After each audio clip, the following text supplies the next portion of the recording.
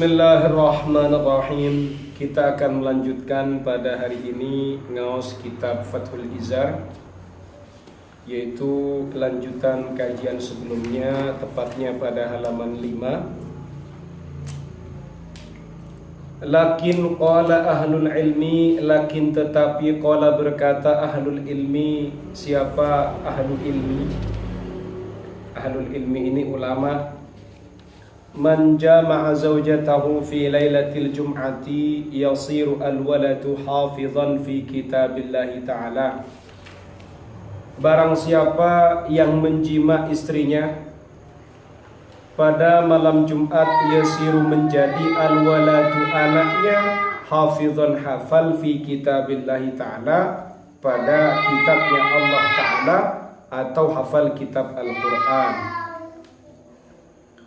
Jadi pada keterangan ini katanya ulama, barang siapa yang dia menjima istrinya di malam Jumat, maka anaknya insya Allah akan menjadi sosok penghafal Al-Quran, hafir kitab Allah Ta'ala. Ini diingat ini, kalau kalian pengen jima dan pengen punya anak yang hafal Quran, maka berjimaklah dengan istri kalian di waktu malam Jumat. Wa man jama'a fi lailati sabti, barang siapa yang berjima pada malam Sabtu, yakunul waladu majnunan, maka anaknya akan menjadi anak yang gila. Jadi kalau malam Sabtu ini tidak dianjurkan menjima istrimu, takut-takut nanti anakmu menjadi gila. Wa man jama'a fi lailatil ahadi, barang siapa yang menjima di malam Ahad, yakunul waladu sariqan limilki ghairihi aw zaliman. Orang yang ia menjima istrinya pada malam Ahad, maka anaknya itu akan menjadi anak pencuri pada miliknya orang lain. Atau kalau dia tidak menjadi pencuri, dia tidak menjadi pencuri atau sarik pada miliknya orang lain, dia menjadi anak yang zalim. Wa man jama'a fi lailatil itsnaini, barang siapa yang menjima istrinya pada malam Senin, yakunul waladu faqiran, maka anaknya akan menjadi anak yang fakir, atau miskinan, atau anak yang miskin. Auradiyan li amrillahi wa qada'i, atau dia akan menjadi sosok yang ridha pada perkaranya Allah, pada perintahnya Allah, pada urusannya Allah dan qada'nya Allah. Ini kalau kamu menjima istrimu di malam Senin. Enak kalau anakmu menjadi sosok yang meridhai Allah, meridhai perintahnya Allah, maksudnya di sini, dan juga meridhai qada'nya Allah, keputusannya Allah, ketentuannya Allah. Itu baik. Tapi kalau menjadi fakir dan miskin, takut tidak sabar. Kalau sabar sih oke-oke saja, kan begitu. Wa man jama'a fi lailati sulasa, barang siapa yang menjima istrinya pada malam Selasa. Malam Selasa ini kalau bahasa Arab sulasa, kalau bahasa Indonesianya malam Selasa. Yakunul waladu barran lil walidaini, maka anaknya menjadi anak yang barran lil walidain, anak yang berbakti kepada kedua orang tua. Diingat, malam Jumat, kemudian malam Selasa. Wa man jama'a fi lailatil arbi'i, yakunul waladu kathiral aqli au kathiral ilmi au kathiral syukri, barang siapa yang menjima istrinya pada malam Rabu, maka anaknya itu menjadi anak yang banyak akalnya, berarti anaknya pinter, cerdas. Au katsiral ilmi, atau anaknya itu menjadi anak yang alim, alama, banyak ilmunya. Au katsiral syukri, atau anak yang banyak berterima kasih, gampang bersyukur. Nah, berarti selain malam Jumat, malam Senin, malam Rabu. Malam Jumat, malam Selasa, malam Rabu. Kalau malam Senin ini pilihannya bisa fakir, bisa miskin, atau yang baik dia ridho dengan qadanya Allah, ridho dengan perintahnya Allah, dan seperti itu. Wa man jama'a fi lailatul khamis yakunul waladu mukhlishan fi qalbi. Barang siapa yang menjima istrinya pada malam Kamis, maka anaknya itu mukhlishan fi qalbi. Hatinya itu akan menjadi hati yang tulus. Hatinya anak tadi, hatinya termasuk hati yang mukhlis, tulus hatinya itu. Luar biasa. Malam Jumat, malam Selasa, malam Rabu, malam Kamis. Wa man jama'a fi lailatil 'idi yakunul waladu dha sitti asabi'a. Barang siapa yang menjima istrinya pada malam hari raya, maka anaknya itu akan memiliki 6 jari jemari. Jadi jarinya itu akan ada 6. Wa man jama'a zaujatahu ma'at takallumi yakunul waladu abkam.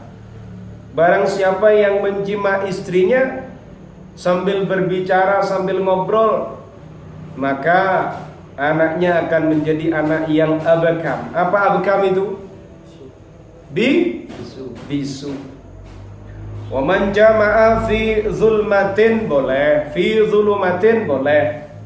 Barang siapa yang menjima dalam waktu, bukan dalam waktu ya, di tempat gelap lah, yakunul waladu sahiran, maka anaknya menjadi tukang sihir. Wa man jama'a masiraj yakunul waladu hasanas surah. Barang siapa yang menjima istrinya ma'asiraji, dengan lampu, artinya di tempat yang terang ada lampunya. Itu kalau malam, kalau siangnya kan tidak usah lampu. Maka anaknya itu tampan, bagus mukanya. Kalau perempuan ya cantik. Wa man jama'a ra'iyan aural mar'ati yakunul waladu a'ma. Barang siapa yang ia menjima sambil melihat aurat istrinya, maka anaknya buta. Au a'mal qalbi, kalau dia tidak buta, atau dia buta hatinya. Waduh, mata hatinya ini kan berat, kalau buta ini juga parah. Wa man jama'a sa'ila zadi li safarin yakunul waladu kadiban. Barang siapa yang menjima istrinya dalam keadaan dia meminta bekal untuk bepergian, sambil dia mencari, meminta bekal untuk perjalanannya, ya toh, di saat yang sama dia juga sambil menjima misalnya, maka nanti anaknya itu menjadi anak yang pembohong, kadzib. Wa man jama'a tahta sajarati al-mat'umi thamruha yakunul waladu maqtul al-hadidi aw maqtul al-gharqi aw mata fi hadmi syajarati. Barang siapa yang menjima istrinya di bawah pohon, yang pohon tadi buahnya itu dimakan, maka anaknya nanti dia itu akan menjadi anak yang ia terbunuh dengan besi, atau terbunuh dengan tenggelam, atau dia meninggal kerobohan pohon. Ini termasuk hari-hari yang di situ kita dianjurkan berjima dengan istri kita, di hari yang dianjurkan. Ada juga hari-hari yang di situ kita dianjurkan untuk tidak menjima istri karena efek yang akan ditimbulkan. Guys, apa betul ajaran Islam sedemikian? Ini menurut pendapatnya ahlul ilmi. Kalian boleh percaya, kalian boleh tidak, karena dalam Al-Quran ada ayat fa'tu haratakum anna syi'tum. Datangilah ladang kalian anna syi'tum. Dalam kitab Qurratul Uyun, anna syi'tum itu kapanpun. Ada juga yang menafsiri bagaimanapun gayamu, entah gaya jengking, gaya telanjang, gaya telungkup. Bukan telanjang maksudnya ya. Kalau telanjang ini nanti ada pembahasan lain. Gaya terlentang, gaya jengking, gaya berdiri, gaya duduk, begitu. Ini kalau ngomong gaya. Itu kalau diterjemahkan anna syi'tum, bagaimanapun kalian menginginkan. Kalau kamu maknai ini adalah makna kapanpun, berarti berbicara waktu, bukan berbicara model. Berarti kalau dalam ayat Al-Qur'annya kapanpun, berarti kapanpun boleh dong? Boleh. Nah ini kan bentrok dengan Al-Qur'an. Ya kalau kalian tidak mantap dengan ini, nggak usah diamalkan yang bab ini. Seperti itu. Ini kan beliau mengatakan ini mungkin beliau hasil analisis atau hasil observasi. Makanya dalam konteks kayak gini tidak usah diyakini. Kalau diyakini malah nanti akan menjadi terijabahi doamu kan ndak enak gitu loh kan. Ana inda dhanni abdi bi, kan begitu.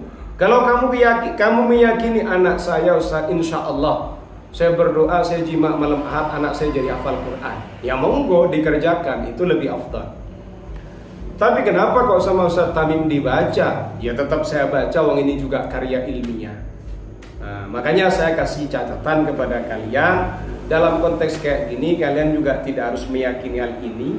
Kalau nanti meyakini takut malah kalian itu terjadi seperti itu kan tidak baik. Seperti itu. Semoga kita ini dianugerahi oleh Allah putra-putri keturunan yang sholihin dan sholihat, zahiran wa batinan, baik luarnya maupun dalamnya. Amin ya rabbal alamin. Paham ya?